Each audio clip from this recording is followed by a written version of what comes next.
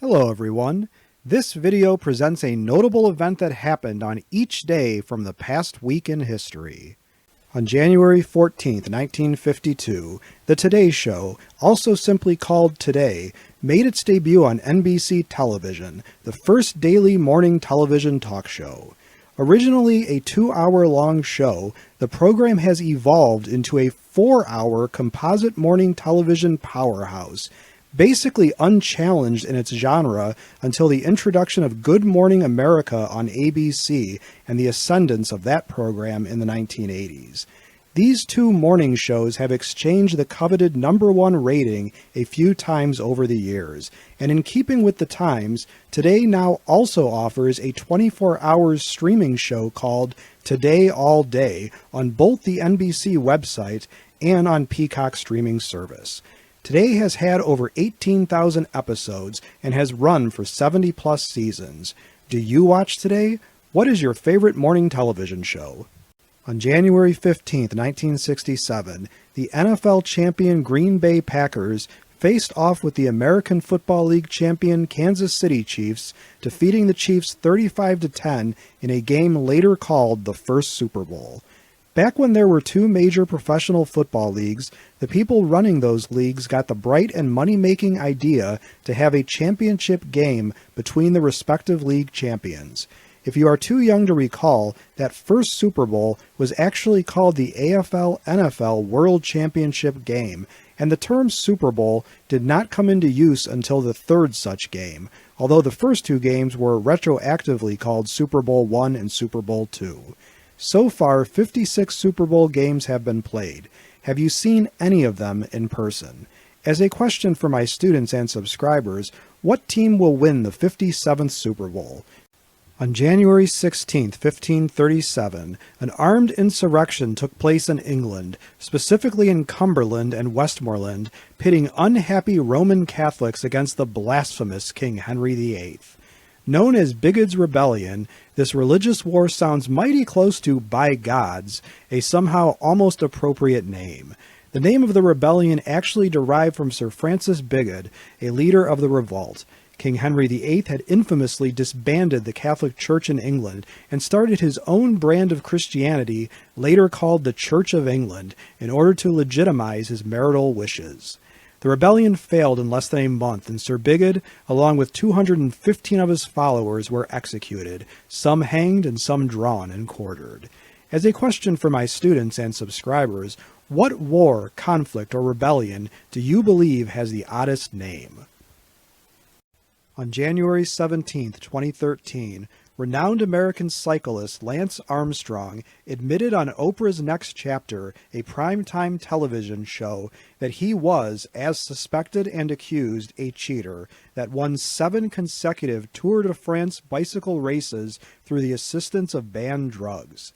Professional and amateur athletes have been using performance-enhancing drugs for decades now, including stimulants such as cocaine and amphetamines and a variety of hormones, usually characterized as steroids. Other banned substances include blood doping agents that increase the ability of blood to carry oxygen, and even gene manipulation to enhance performance. Some types of painkillers are banned, and even sedatives used to steady nerves have been misused by athletes. Should professional athletes be allowed to use PEDs?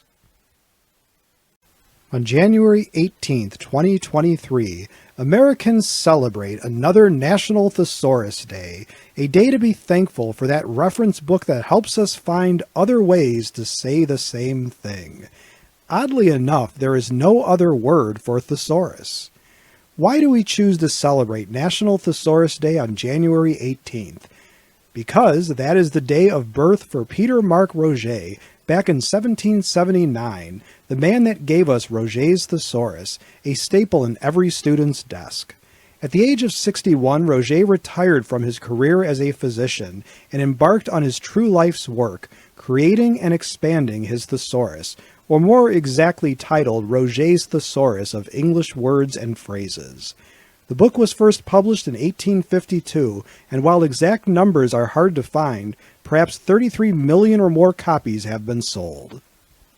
On January 19, 2007, three intrepid Britons and their equally intrepid Canadian comrade made an incredible journey across Antarctica using only leg-powered driving skis and the assistance of kites to reach a point known as the Antarctic Pole of Inaccessibility.